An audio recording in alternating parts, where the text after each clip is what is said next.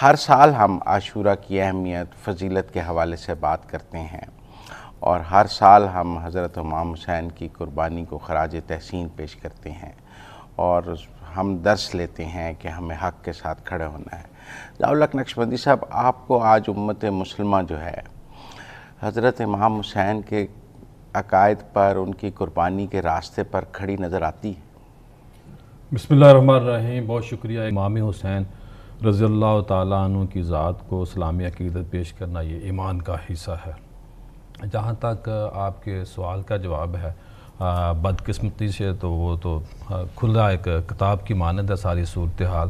اس وقت جو امت مسلمہ کی حالت ہے وہ سب کے سامنے ہے۔ ایسا تو ہمیں ابھی تک دور دور تک نظر نہیں آ رہا، کیونکہ جو غزہ کی صورتحال ہے، جو کشمیر کی صورتحال ہے، جہاں جہاں بھی ظلم ہوتا ہے اپنی مرضی سے کرنے والے لوگ کارروائیاں کرتے ہیں۔ ابھی ایران میں جو کچھ ہوا ہے، تو ایسی صورتحال میں تو ہم نہیں کہہ سکتے کہ جو کوئی ایک مناسب صورتحال ہو امت مسلمہ کی۔ امام حسین رضی اللہ تعالیٰ عنہ علیہ السلام کی عظمت کی جو بات ہے، یہ تو کہ حقیقت ہے، حق اور سچ کی بات ہے۔ امام حسین حق کا نام ہے اور یزید باطل کا نام ہے۔ امام حسین رضی اللہ تعالیٰ عنہ کی عظمت اور عفت اس طرح کے کریم آقا صلی اللہ علیہ وسلم نے آپ کی ذات کے لیے لمبے رکوع اور سجود کیے۔ کریم آقا صلی اللہ علیہ وسلم نے آپ کے بوسے دیے، جنتی نوجوانوں کے سردار ہیں۔ اور امام حسین رضی اللہ تعالیٰ عنہ کی جو شہادت ہے، اس کا تو کریم آقا صلی اللہ علیہ وسلم نے آپ کی پیدائش کے وقت بھی بتا دیا تھا۔ تمام ریفرنس ہمارے پاس موجود ہیں، اور کریم آقا صلی اللہ علیہ وسلم کا رونا اس بات کی دلیل ہے کہ امام حسین رضی اللہ تعالیٰ عنہ کی یاد میں آنسو بہانا یہ کریم آقا صلی اللہ علیہ وسلم کی سنت ہے، یہ صحابہ کی سنت ہے، یہ اہل بیت اطہار کی سنت ہے۔ اور آپ کی یاد میں نیاز کا اہتمام کرنا، ختم شریف دلانا اور افسوس کرنا، رونا، یہ حضرت برکت علی لدھیانوی صاحب نے کہا تھا کہ یہ ہم نہیں روتے، یہ چرند اور پرند روتے ہیں، درخت روتے ہیں، پوری کائنات روتی ہے۔ اور آپ فرماتے ہیں کہ امام حسین رضی اللہ تعالیٰ عنہ علیہ السلام کی یاد میں آنسو بہانا، اس کو غسل عصیاں کہتے ہیں۔ جب ہم امام پاک کی یاد میں روتے ہیں تو ہماری جو گناہ ہیں وہ دھلتے ہیں۔ اور خواتین و حضرات، بات یہ ہے مزمل صاحب کہ حضرت حر کو بھی ہم نے دیکھنا ہے کہ جنہوں نے ایک باریک لائن تھی، وہ جہنم کے کنارے کے اوپر کھڑے تھے، لیکن میرے رب نے کرم کیا اہل بیت کے صدقے وہ لکیر سے آگے آگے تو حضرت حر بن گئے، وہ جنتی ہو گئے۔ کریم آقا صلی اللہ علیہ وسلم کے اس پیارے نواسے کے یاد میں مولانا ظفر علی خان صاحب نے کہا تھا، اے کربلا کی خاک اس احسان کو نہ بھول، تڑپی ہے تجھ پہ لاش جگر گوشائے بطول، اسلام کے لہو سے تیری پیاس بجھ گئی، سیراب کر گیا تجھے خون رگ رسول، کرتی رہے گی پیش شہادت حسین کی، آزادی حیات کا یہ سرمدی اصول، چڑھ جائے کٹ کے سر تیرا نیزے کی نوک پر، لیکن یزیدیوں کی اطاعت نہ کر قبول۔ اور کہا تھا قتل حسین اصل میں مر گئے یزید ہیں، اسلام زندہ ہوتا ہے ہر کربلا کے بعد۔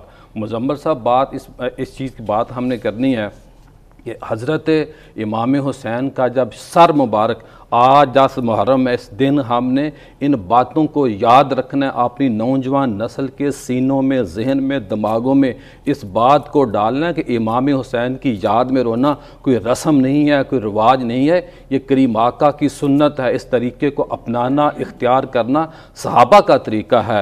ابن زیاد جو معروف نام ہے، جس کا پورا نام عبید اللہ بن زیاد ہے، جب اس کے سامنے امام حسین کے امام طبرانی جلد نمبر 3 صفحہ 206 اور حدیث نمبر 2809 کے اندر آتا ہے، یہ اہل سنت کی کتب کا میں ریفرنس دے رہا ہوں، جب انس بن مالک پاس تشریف فرما تھے، امام حسین کے سر مبارک کو ابن زیاد کے دربار میں پیش کیا، اس بدبخت نے میرے حسین پاک کے ناک کے اندر جو سٹک تھی جو وہ داخل کی، آپ کے دانت مبارک کو نقصان پہنچایا، آپ کے بالوں کو شرارتیں کر رہا تھا اور آنکھوں کو اس نے تکلیف پہنچائی۔ یہ سر مبارک کی بات ہے، زندہ کی میں بات نہیں کر رہا۔ بدبخت ہیں وہ لوگ جو کسی ہیلے بہانے سے یزید کو بچانے کی کوشش کرتے ہیں۔ یزید کفر پہ تھا، وہ کفر پہ مرا ہے۔ یہ کوئی دو شہزادوں کی لڑائی نہیں تھی، یہ حق اور سچ کی لڑائی تھی۔ امام حسن حضرت انس رضی اللہ تعالیٰ عنہ وہاں موجود تھے، تو انہوں نے کہا کہ اے بدبخت، تو یہ کیا عمل کر رہا ہے؟ میں نے تو اپنی آنکھوں سے دیکھا ہے کہ اس چہرے کے اوپر کریم آقا صلی اللہ علیہ وسلم بوسے دیا کرتے تھے۔ مزمل صاحب وہاں پہ جب یہ ساری بات رضی اللہ تعالیٰ نے کہی تو اس بدبخت نے کہا کہ میں آپ کو واصل جہنم کر دیتا، میں آپ کو نقصان پہنچا دیتا۔ بات یہ کرنی ہے کہ یزید نے یہاں تک بات نہیں کی، جب سر انور کو یزید کے دربار میں بھی پیش کیا نا حضرت امام حسین کو، تو وہاں بھی آپ کے دندان مبارک کی جو توہین ہے یزید نے خود کی ہے۔ اور یہاں میں اس لیے بات کرنا چاہ رہا ہوں کہ وہاں جو صحابہ موجود تھے، حضرت ابو برزہ کہتے ہیں کہ میں نے جب یزید کی اس حرکت کو دیکھا، میرے پاس ریفرنس موجود ہیں، تو میں نے اس بدبخت کو منع کیا، لیکن کیا ہوا کہ وہ اس بدبخت کے اوپر کوئی بھی بات اثر نہیں کر رہی تھی۔ میں یہاں مزمل صاحب یہ بھی بات کروں گا کہ جو لوگ یہ کہتے ہیں ہیلے بہانے سے یزید کو بچاتے ہیں، کریم آقا صلی اللہ علیہ وسلم کا جو مقدس شہر مدینہ تھا، جو مکہ تھا، اس واقعہ کے بعد بھی دیکھیے کہ یزید نے مکہ کی توہین کرائی ہے، مدینہ پاک کی توہین کرائی ہے۔ تاریخ کے اندر صرف ایک ایسا موقع آیا کہ مسجد نبوی کے اندر 3 دن تک اذان نہیں ہوئی۔ کریم آقا صلی اللہ علیہ وسلم کی جب مسجد کے اندر اذان کے اوپر پابندی لگا دی گئی تو حضرت ایک صحابی فرماتے کہ میں وہاں چھپا ہوا تھا، میں کریم آقا صلی اللہ علیہ وسلم کے مزار پر انوار سے آپ کی قبر انور کے اندر سے میں اذان کی آواز سنتا تھا۔